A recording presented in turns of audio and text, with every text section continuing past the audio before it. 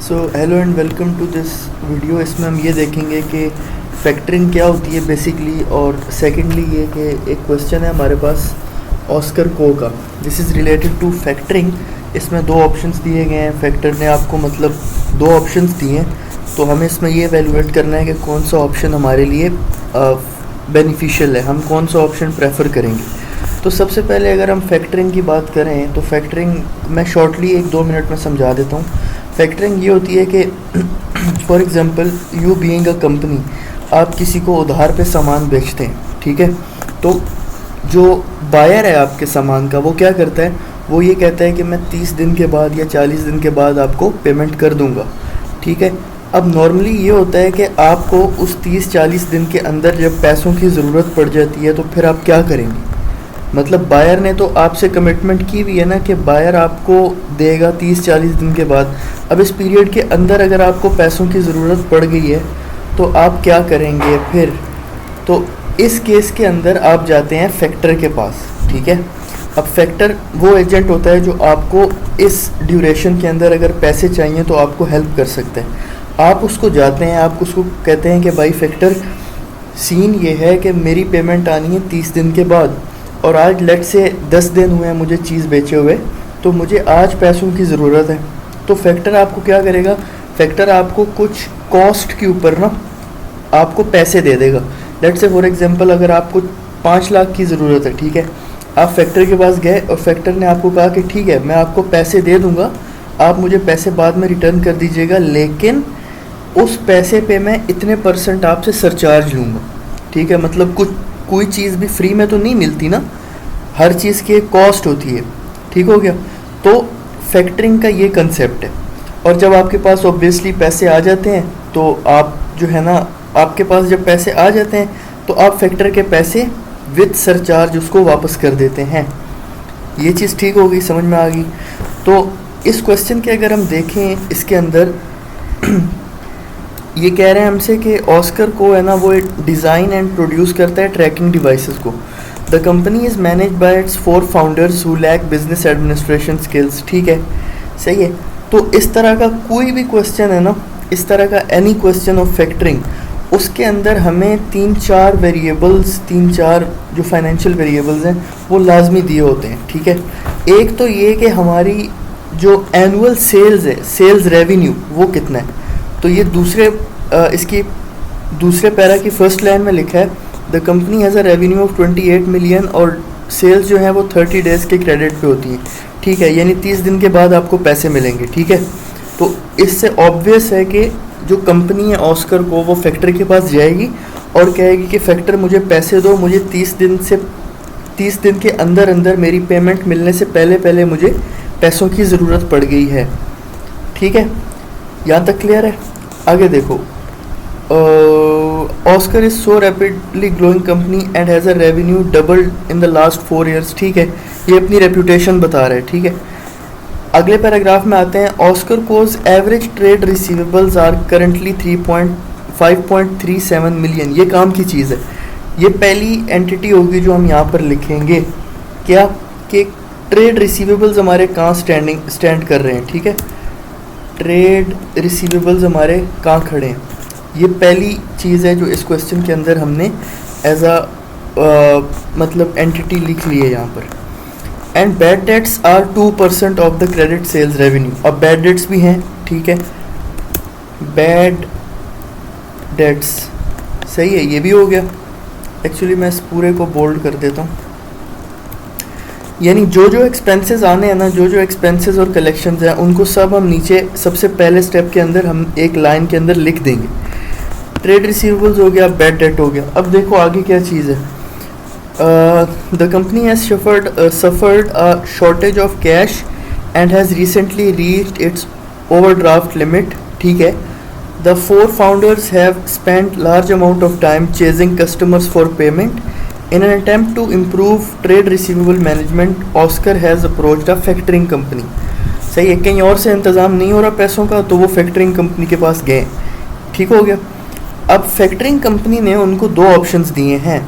Under first option वो कह रहे हैं कि administration by the factor of Oscar को invoicing, sales, accounting and receivable collection on full records basis.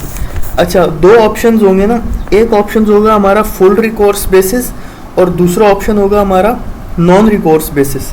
ठीक है, और इसमें जो मेन कॉन्सेप्ट है ना फुल रिकॉर्ड्स में और नॉन रिकॉर्ड्स में, वो बैड डेट्स की कवरेज का है। वो कैसे है वो हम आपको बताएंगे after framing the data and writing the obviously entities जो इसमें इन्वॉल्व है। तो दो हम लिख चुके हैं अभी, ट्रेड रिसीवेबल और बैड डेट्स। और फैक्टर क्या करता है, the factor would charge a service fee of 0.5% of the credit sales. Then वो क्या करता है, वो सर्विस फी चार्ज करता है, सर्विस फी चार्ज करता है। ठीक है, सर्विस फी हो गया। देन हम आगे पढ़ते हैं कि आगे क्या लिखा हुआ है उन्होंने। एस्टिमेट्स, ऑस्कर को estimates that this would result in the saving of 30,000 पर ईयर। ठीक है, अब सेविंग भी आ रही है, सेविंग्स आ रही हैं हमारी। ठीक है, ये हम ऑप्शन 1 को एवेलुएट कर रहे हैं। ठीक है, ये ऑप्शन 1 है, ऑप्शन 1 है हमारा। गो हियर, ये हमारा ऑप्शन 1 है। ठीक है, इसकी एक करंट सिचुएशन होगी कि जब हम फैक्टर के पास नहीं जाएंगे तो क्या सूरत हाल है, और रिवाइज्ड यानी जब हम फैक्टर के पास जाएंगे तो क्या सूरत हाल होगी। फिर इन दोनों का हम डिफरेंस लेंगे तो हमारे पास नेट सेविंग्स आ जाएंगी। अगर वो पॉजिटिव आई तो हम प्रेफर करेंगे, अगर नेगेटिव आई तो हम प्रेफर नहीं करेंगे। ठीक हो गया। अच्छा, सेविंग आ गई, और इसके अंदर एक और चीज़ आती है जो मस्ट है, वो होती है इंटरेस्ट कॉस्ट। ठीक है, ये अगर आप देखें यहाँ पर कि लास्ट में लिखा है, ऑप्शन 1 ऑप्शन 2 के बाद इन्होंने लिखा हुआ है कि ऑस्कर को page interest on it's overdraft at a rate of 7%। तो इंटरेस्ट चार्ज भी है हमारे पास। ठीक है, या फाइनेंस कॉस्ट इसको बोल दो, फाइनेंस कॉस्ट भी हमारे पास इसकी है। सही है, अब इसकी वैल्यूज़ यहाँ पर हम लिखते हैं। ट्रेड रिसीवेबल कितना था हमारा, ये लिखा हुआ है 5.37 मिलियन, तो मैं इसको थाउजेंड्स में लिख रहा हूँ 5370। सही है। बैड डेट्स कितना है, bad debts are 2% of the credit sales revenue. ठीक है, तो क्रेडिट सेल्स रेवेन्यू हमारा था 28 मिलियन, ये देखो ये लिखा हुआ 28 मिलियन था, और सिंस ये लॉस हो रहा है ना तो नेगेटिव लिखूंगा मैं इसको, 28,000 टाइम्स 0.02, ये हमारी बैड डेट्स आ गई। करंट सिचुएशन में जब हम फैक्टर के पास नहीं गए हुए तो फैक्टर फ़ी कोई नहीं है, और फैक्टर के पास जब हम जाते हैं तो हमारी सेविंग होती है। ठीक है, तो हमारी यहाँ पर सेविंग भी कोई नहीं। सही है, और जहाँ तक फाइनेंस कॉस्ट की बात है तो फाइनेंस कॉस्ट वो कह रहे हैं कि finance cost is 7% per year. ये देखो ये लिखा हुआ है, ऑस्कर को page an interest on it's overdraft at a rate of 7% पर ईयर। ठीक है, तो हमारा रिसीवेबल कितना था, हमारा रिसीवेबल ये है ना, इसको हम मल्टीप्लाई कर देंगे 7% से तो हमारी फाइनेंस कॉस्ट आ जाएगी। ठीक है, ओह सॉरी, ये मुझे नीचे करना चाहिए, ये लें, और सिंस ये कॉस्ट है तो मुझे यहाँ पर नेगेटिव साइन भी लगाना पड़ेगा। ठीक है, ये किस सिचुएशन के अंदर है, ये उस सिचुएशन के अंदर कॉस्ट हमें बेयर करनी पड़ रही है जब हम फैक्टर के पास नहीं गए। ये उस सिचुएशन में है जब हम फैक्टर के पास नहीं गए। तो यहाँ से यहाँ तक जो हमारी कॉस्ट्स हैं उसको हम ऐडअप कर देंगे, तो ये हमारी कॉस्ट आ गई उस वक्त जब हम फैक्टर के पास नहीं गए। अब देखो, जब हम फैक्टर के पास गए हैं, जब हम फैक्टर के पास गए हैं तो क्या हुआ, फैक्टर को हमने कहा होगा कि सर हमारा जो रिसीवेबल 30 दिन के बाद होगा, हमने उसको इन्फॉर्मेशन दी होगी ना। तो देखो, ये तो हमारा एनुअल रिसीवेबल था, ट्रेड रिसीवेबल था ना, एवरेज ट्रेड रिसीवेबल था। ठीक है, अब हम उसको रिवाइज्ड रिसीवेबल बताएंगे, और ये रिवाइज्ड रिसीवेबल कैसे कैलकुलेट होगा, ये रिवाइज्ड रिसीवेबल 30 दिन के अंदर जो हमें कलेक्शन होनी है ना, यानी हम 30 दिन के बाद हमें पैसे मिलेंगे और हम 30 दिन के अंदर अंदर फैक्टर से पैसे ले रहे हैं। सही है, तो हम इसको बताएंगे कि भाई जो हमारे पैसे हमें 30 दिन के बाद मिलेंगे वो कितने मिलेंगे, उसको हम श्योरिटी दे रहे हैं। ठीक है, तो इसका फॉर्मूला सिंपल है ट्रेड रिसीवेबल का, वो क्या है, वो है हमारी क्रेडिट सेल्स पर डे। तो ये हमारी टोटल सेल्स रेवेन्यू आ गया, इसको 365 से मैंने डिवाइड किया तो ये क्रेडिट सेल्स पर डे बन गई। और इसको मैं मल्टीप्लाई कर दूंगा डे सेल्स आउटस्टैंडिंग, या जो हमारा रिसीवेबल कलेक्शन पीरियड होता है 30, ठीक है। तो ये हमारा 30 दिन के अंदर जो कलेक्शन हमें आ जाएगा, जो हम फैक्टर को बताएंगे कि हमें 30 दिन के बाद इतने पैसे मिलने वाले हैं, ये वो आ गए, ठीक हो गया। अच्छा, अब मेन चीज़, काम की चीज़, ऑप्शन नंबर 1 के अंदर फुल रिकोर्स बेसिस था ना, तो फुल रिकोर्स बेसिस का सीधा सीधा मतलब ये होता है कि जो फैक्टर है ना वो आपके बैड डेट्स को कवर नहीं करेगा, यानी आपके जो बैड डेट्स की अमाउंट है ना वो आप खुद कवर करेंगे। तो इसको मैं यानी कि यहाँ पर लिख दूंगा।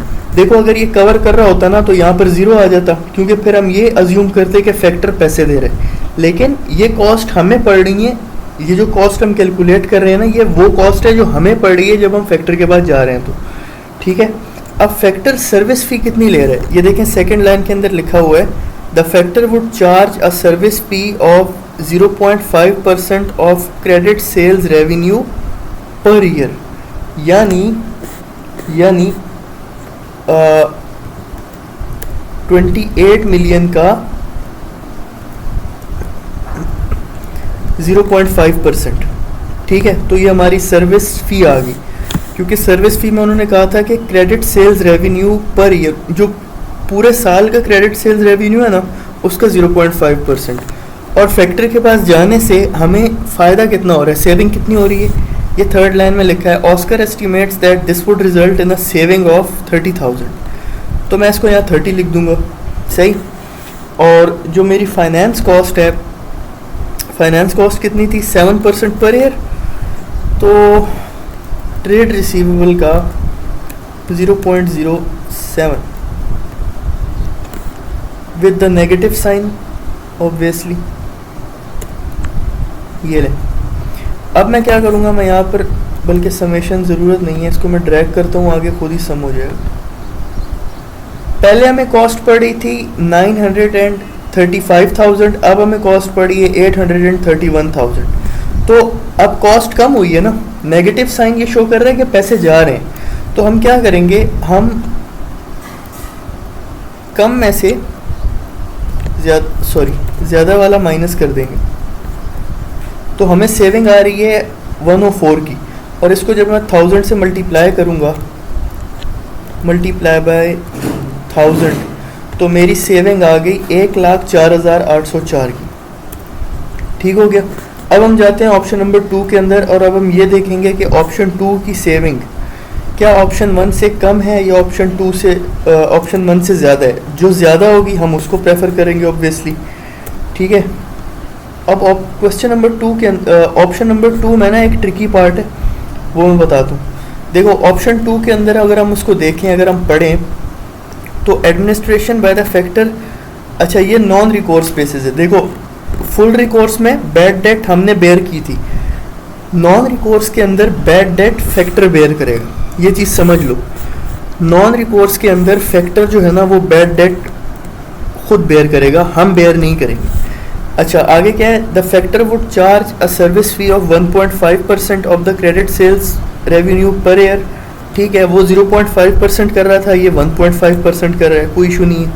Administration cost saving and average trade receivable collection period would be as option 1, ठीक है। कॉस्ट सेविंग और रिसीवेबल कलेक्शन पीरियड जो है ना वो ऑप्शन 1 वाला है, यानी कॉस्ट सेविंग 30,000 हो रही है और रिसीवेबल कलेक्शन पीरियड जो है वो 30 डेज है, ठीक हो गया। Oscar Co would be required to accept an advance of 80% credit sales when invoices are raised as an interest of, अच्छा ये काम की चीज़ है।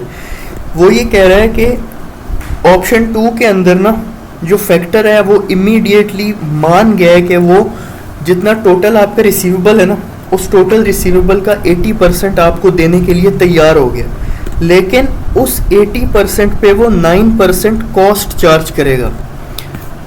देखो दोबारा बताता हूँ, 80% पे वो 9% चार्ज करेगा और जो 20% बाकी रह गया उस पे वो 7% ही चार्ज करेगा। ऑप्शन 1 के अंदर उसने 7% चार्ज की थी टोटल ट्रेड रिसीवेबल्स पर, ठीक है, जो 30 डेज का ऑब्वियसली हमने कैलकुलेशन किया था।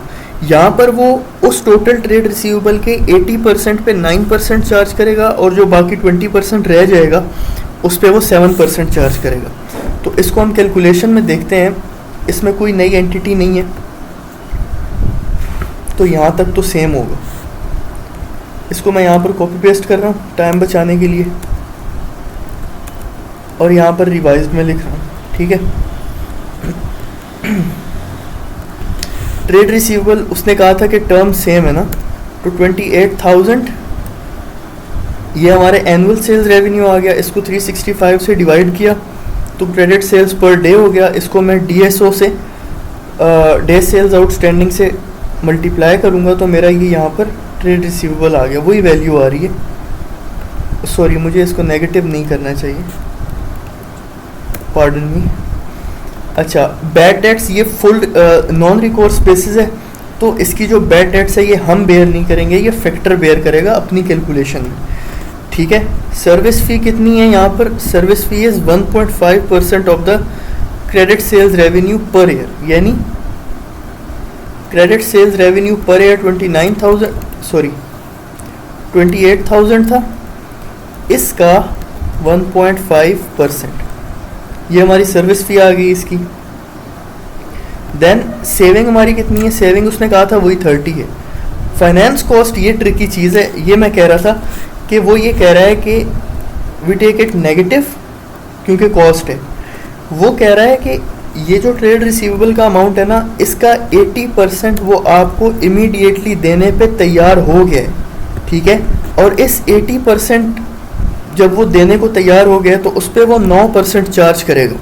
ये कैलकुलेशन समझ में आ रही है? यानी ट्रेड रिसीवेबल के 80% पे 9% सरचार्ज, और मैं यहाँ पर नेगेटिव का साइन लगाऊंगा क्योंकि पीछे माइनस लगा दिया ना, तो ये माइनस माइनस प्लस हो जाएगा। नेगेटिव साइन लगाने के बाद इसी अमाउंट के 20% के ऊपर, वेयर इज परसेंट के ऊपर 7%, 0.07, ठीक है। यानी इसका 80% वो आपको देने पे तैयार हो गया फ़ौरन, उस पर 9% सरचार्ज ले रहा है, ठीक है। और बाकी जो 20% रह जाएगा उस पर वही वो 7% ही लेगा, ठीक है। तो ये देखो हमारी कॉस्ट जो है वो 197,000 आ गई है। अब हम इसको सम करते हैं, देखते हैं क्या बनता है। इज इक्वल टू सम, ये आ गया हमारे पास, ये तो वही है जो पहले हमारा आ रहा था, ठीक है। और अभी देखें हमारी कॉस्ट जो है वो कम होके अंडर ऑप्शन 2 कितनी कम हुई है? 587,000 पहुंच गई है, ठीक है। तो मैं यहाँ पर क्या करूँगा, मैं वही इसका डिफरेंस लूँगा कि कितनी मेरी कॉस्ट सेविंग आई है मुझे। तो ये देखें 347,000। अब इसको मैं क्या करता हूँ, इसको मैं 1000 से मल्टीप्लाई कराता हूँ, तो मेरा जो आंसर है दैट वुड बी 3,47,982। ये हमारा यहाँ पर आंसर आ चुका है। अब ऑप्शन 1 में देखें कि हमारी सेविंग कितनी हो रही थी, 1,04,804, और यहाँ पर 3,47,000 की सेविंग हो रही है। तो we would obviously go for option number 2। ये क्या चीज़ है? ये हमारी सेविंग है ना, savings under option 1 and this is savings under option 2। तो हम प्रेफर करेंगे कि option number 2 is better for us since it is giving us more savings, सही है। तो इसमें कोई मतलब रॉकेट साइंस नहीं है। जो एंटिटीज़ जिस तरतीब से दी हुई है ना, उसको हम लिखेंगे और देन उसकी कैलकुलेशन करंट यानी विदाउट फैक्टर हम पहले कैलकुलेट करेंगे कि हमें कितनी कॉस्ट पड़ी है, और देन विद फैक्टर हम कैलकुलेट करेंगे। विद फैक्टर ऑप्शन नंबर 1 पहले, ऑप्शन नंबर 2 बाद में, ठीक है। फिर हम ये देखेंगे कि विदाउट फैक्टर ऑप्शन नंबर 1 के साथ उसका कंपैरिजन करके कितनी कॉस्ट सेविंग आ रही है, then without factor option number 2 के साथ कंपैरिजन करके कितनी सेविंग आ रही है। तो ऑब्वियसली हमारी यहाँ पर ऑप्शन नंबर 2 में ज़्यादा सेविंग आ रही है, तो we would go for option number 2, सही है। तो ये हमारा ऑस्कर को वाला सवाल था। अब कपलान की किट में उन्होंने अजीब तरीके से किया हुआ था, वो वैल्यूज़ ही नहीं समझ आ रही थी। तो ये चीज़ आसान है, मतलब जो फाइनेंशियल मैट्रिसेस हैं वो सामने रखें और उसकी कैलकुलेशन कर लें सीधी सीधी। इसमें कोई हार्ड एंड फास्ट रूल नहीं है, और मेरी नज़र में तो मुझे ये ज़्यादा इजी लगा है। तो बाकी आपकी मर्ज़ी है, बाकी कैलकुलेशन मैंने समझा दी है, तो आई होप सो कि ये समझ आ गया होगा।